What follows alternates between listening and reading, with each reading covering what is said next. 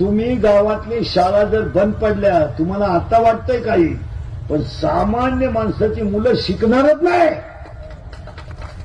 काय सगळ्या बापांची परिस्थिती इंग्लिश मिडियमला घालण्याची नाहीये.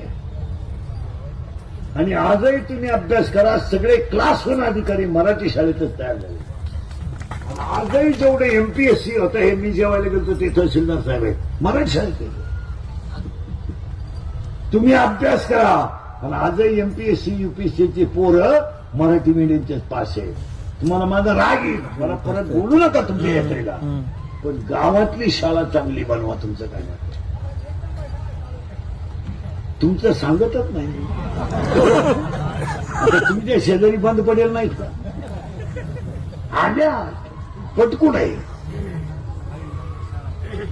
पटकून आहे. ए पटकून, ए जाऊ तिकडं ना कशी, ए पटकून आहे.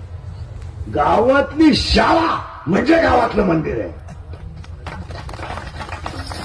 आणि शाळेकडे सगळ्यांचं दुर्लक्ष झालंय. म्हणून गावातल्या तरुण पोरांना एक वाक्य सांगतो, पोरांनो, पक्ष नंतर, नेता नंतर, साहेब नंतर, पहिला धर्म आणि दुसरं गाव. पहिलं धर्मासाठी तुम्ही मी एकत्र पाहिजे आणि गावासाठी आपण एकत्र पाहिजे.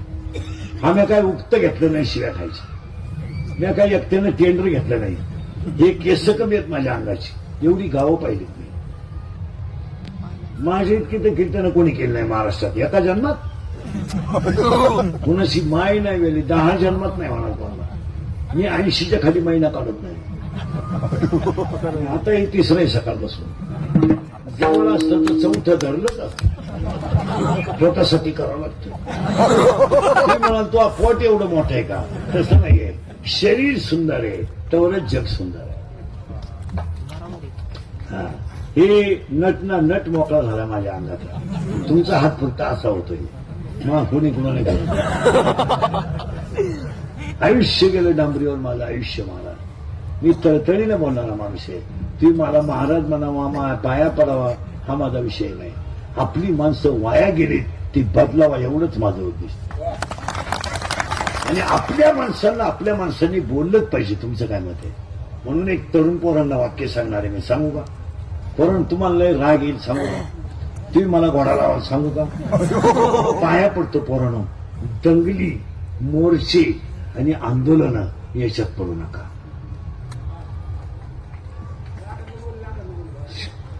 पडू नका पोरांनो, तुमच्या पाया पडतो.